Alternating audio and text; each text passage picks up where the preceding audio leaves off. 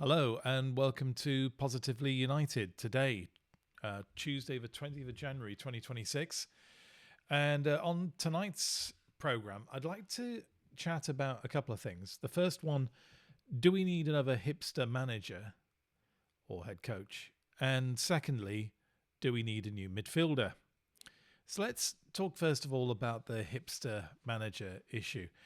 The reason it struck me as a subject to discuss today was because today we had, for the first time, as far as I can see, these rumours developing that NikoKovač, the current manager at Borussia Dortmund, was being discussed as a potential on the list of head coaches to be at least looked at by United for summer. And I was wondering, why? Why is NikoKovač now on the list? Has he done anything particularly special? If NikoKovač was appointed, would you suddenly think, great, that's the manager we've always wanted? It just seems such a bizarre suggestion. But it was really doing the rounds. I think if you kind of like try and pinpoint where it's coming from, I think it came from Team Talk, accredited to Galletti. And then I think it's entirely possible that that single source spread out, and eventually it was on. It was in the Sun newspaper. It was everywhere. Obviously, all the YouTube channels were raising it this morning, and it made me think: is there literally anybody who would not catch the eye if they were flavour of the month continental manager? Now, I've got nothing against managers from outside of the UK, and I've got nothing against managers who are in their 30s, 40s or 50s, right? I'm not entirely even certain what the label hipster genuinely means. I think I know what it means, but I think probably everyone's definition of it might differ. I tell you who I know was hipster manager, Ruben Amorim. Because he wasn't proved anywhere outside of Portugal.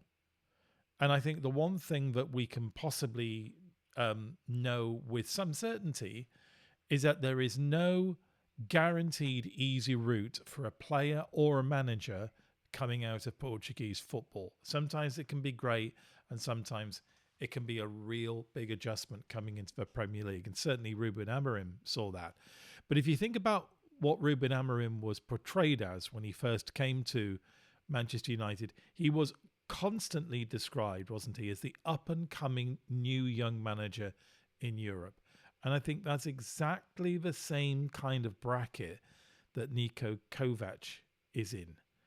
And I just say, do we want another hipster manager? Haven't we had one enough? I wouldn't necessarily describe him as a hipster manager, but Ten Hag was again in that bracket of, up and coming, the latest big thing in European football management. And that didn't go well. And you just get the feeling that the grass is always greener. The hipster manager is always more attractive and in some way more exciting.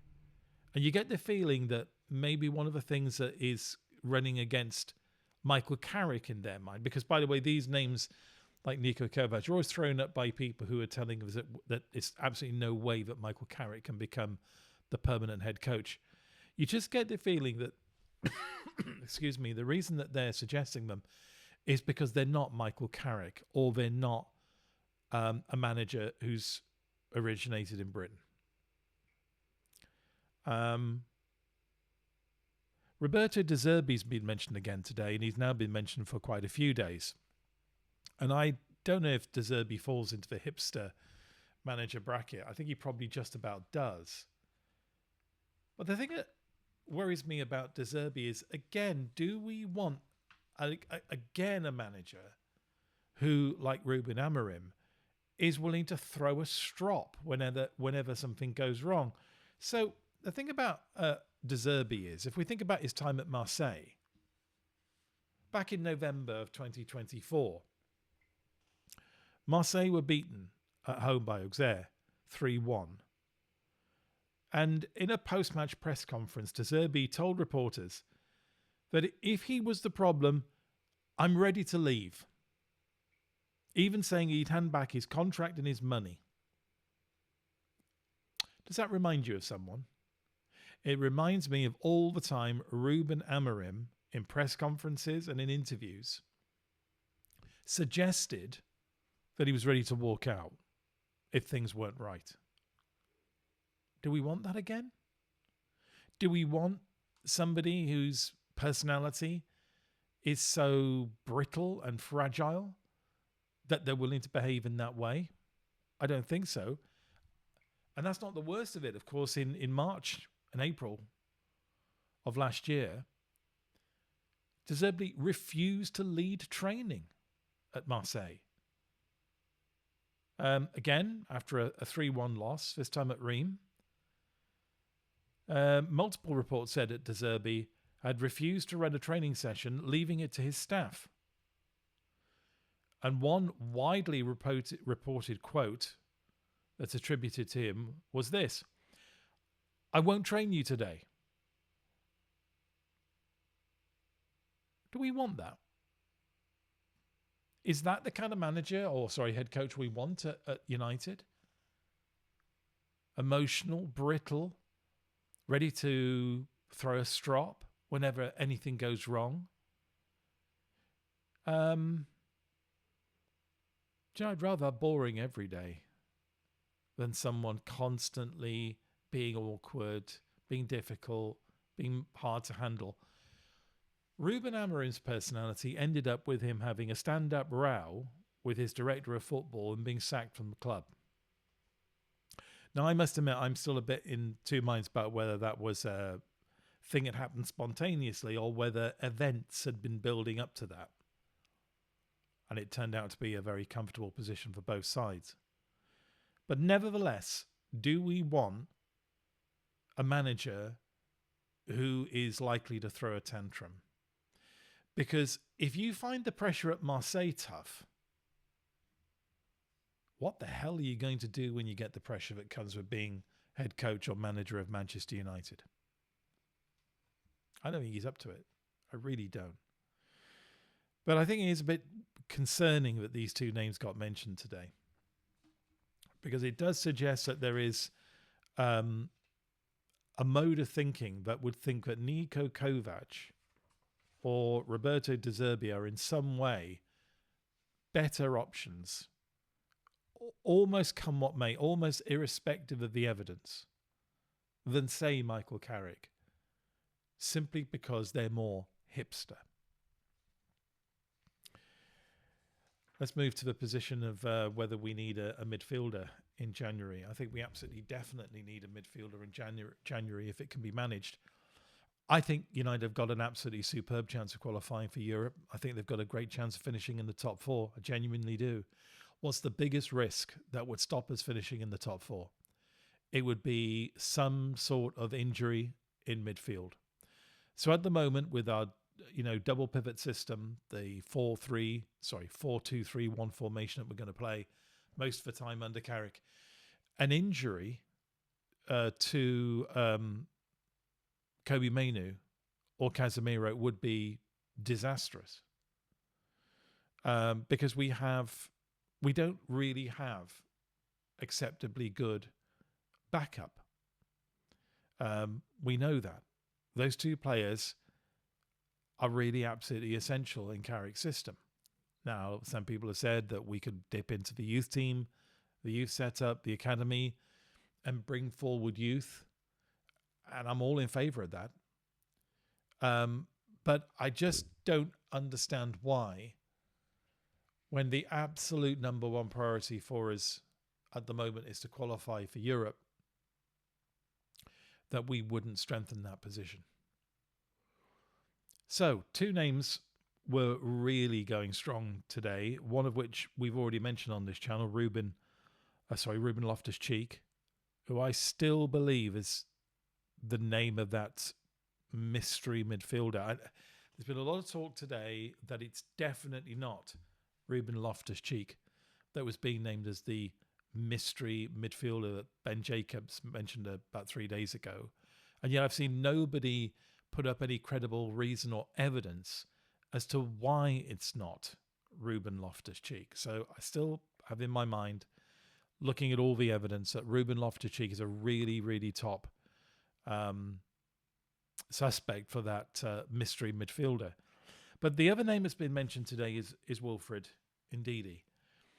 And it seems that both of these players' names, Loftus-Cheek and Ndidi, have gone around, have done the rounds today. Both, really, the point of view seems to be total disrespect for both players. I've seen and heard comments that this is a disgrace to the club. It shows you our lack of ambition. Manchester United shouldn't even be talking about players like this. Can we just get a bit grounded for a moment and look at what a loan deal in January would be? We're not talking about buying a player for the long term. We know who the long-term midfield targets are. But we know that they're not going to become available until the summer.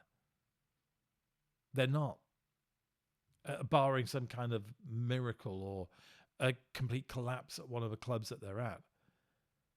So we're not going to get one of our top midfield targets in January.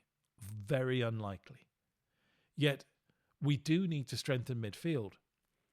So I just don't understand why a loan deal is such a bad idea. It's not affecting the long-term plan. It's by its very nature a short-term tactical decision to get us over a temporary problem. And the names which are being mentioned, Loftus-Cheek and Ndidi, these are two quality players. They really are. They're two very, very good players. And do we seriously suggest that having one of these two players on the bench would not strengthen our squad? So if it would strengthen the squad, it wouldn't commit long-term resources, and it was a deal that was relatively easy to do, why not do it? Why be against it? Why be negative about it? Why not just look at it as a positive? If we end up with Loftus-Cheek or Ndidi, I'd be absolutely delighted if it was a short-term loan. I hope they can get this deal done, one of the two. I feel it's Loftus-Cheek, but I might be wrong. But I have to say, if we get either of those two midfielders or most of the other names that are being mentioned, as long as it's a short-term deal, then I'm all over it, because we need to strengthen the midfield. It would be, I think, a bit of a catastrophe if we didn't qualify for Europe simply because we hadn't put out a relatively small amount of money to get a player on loan until the end of the season. By the way, the fact that so many of the commentators, so many of the YouTube channels today have been seemingly so against a loan deal for either one of these two players, I do wonder what the motives are sometimes. Is the motive, the idea is that these players genuinely aren't up to it? These players genuinely couldn't do a job? Or is there a little bit of a hidden desire out there to make sure that Michael Carrick doesn't succeed? Be very sad if that was the motive. But I have a feeling that in a couple of places, maybe that is the motive. Yeah. Pretty shocking, I think. Anyway, I hope one of these deals goes ahead, or a deal for another top quality player on loan to strengthen our midfield. Do let me know what your thoughts are in the comments. If you've liked this video, please hit the like button. If you like what I do on this channel, please subscribe. If you've got friends you think might like the approach that I take on this channel, tell them about the channel and encourage them to subscribe as well. If you want to contribute in some small way, and however small is gratefully received, I've set up a Coffee account, the link to which is in the description to this video. And that's it for today. Until I see you next time, remember, remain positively united.